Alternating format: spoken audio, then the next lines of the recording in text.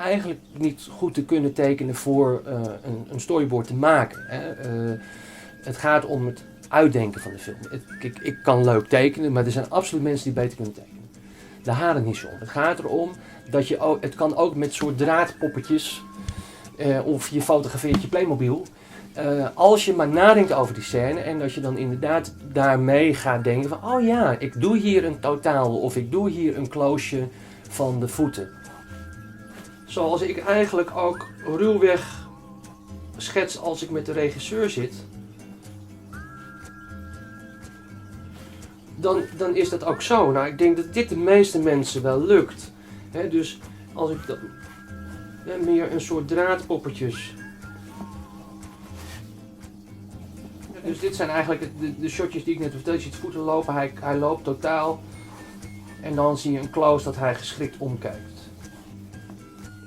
Ik ben visualizer van reclame- en marketingcampagnes, tv-commercials, ja en Nederlandse speelfilms. Een visualizer die visualiseert het idee van iemand anders en voegt er ook nog soms wel eens wat van zichzelf in toe.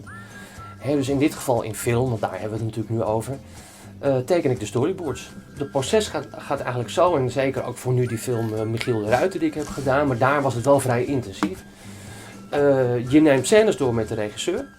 Dus we lezen de scène, hij vertelt zijn visie. Ik vraag daar nog meer uitleg, ik voeg daar iets aan toe. Ik zeg van, is het niet misschien gaver als de camera dan zo en dan het schip zo kapseist en oh ja, zegt hij dan. En dan misschien dat schip dan ook nog onder water gaat. Ik zeg ja, en dan zo, nou, maar dan kan hij dan niet met die camera eronder. En weet je wel, en zo gaan we. Niet tekenen. Ja, en dan schrijf ik, nou dat zit dan vaak in mijn hoofd, dat hoef ik soms niet eens op te schrijven.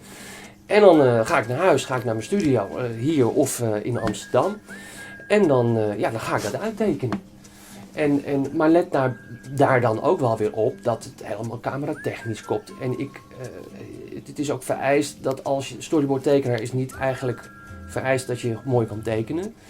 Het is eigenlijk meer dat je kijkt op scenario, camera en montage. Want dat lees je of zie je terug in die tekeningen. Waar het om gaat bij storyboards is dat je van tevoren gaat zitten om de scènes uit te denken. Het is namelijk, en mensen kennen allemaal die lange aftiteling. Die mensen staan grotendeels op de set. Ja, als er dan 50 of 80 man moet wachten totdat jij je scènetje hebt uitgedacht, ja, dat gaat niet, want iedereen wordt per uur betaald. Dan wordt de producent gek. Spectaculaire scènes, ingewikkelde scènes, stuntscènes, die moeten echt wel goed overwogen nagedacht worden. Ja, en dan krijgen ze natuurlijk van mij aangeleverd een getekend draaiboek, dat is het eigenlijk. En dan weet meteen, al die mensen die op je aftiteling staan, weten precies hoe de regisseur het heeft uitgedacht.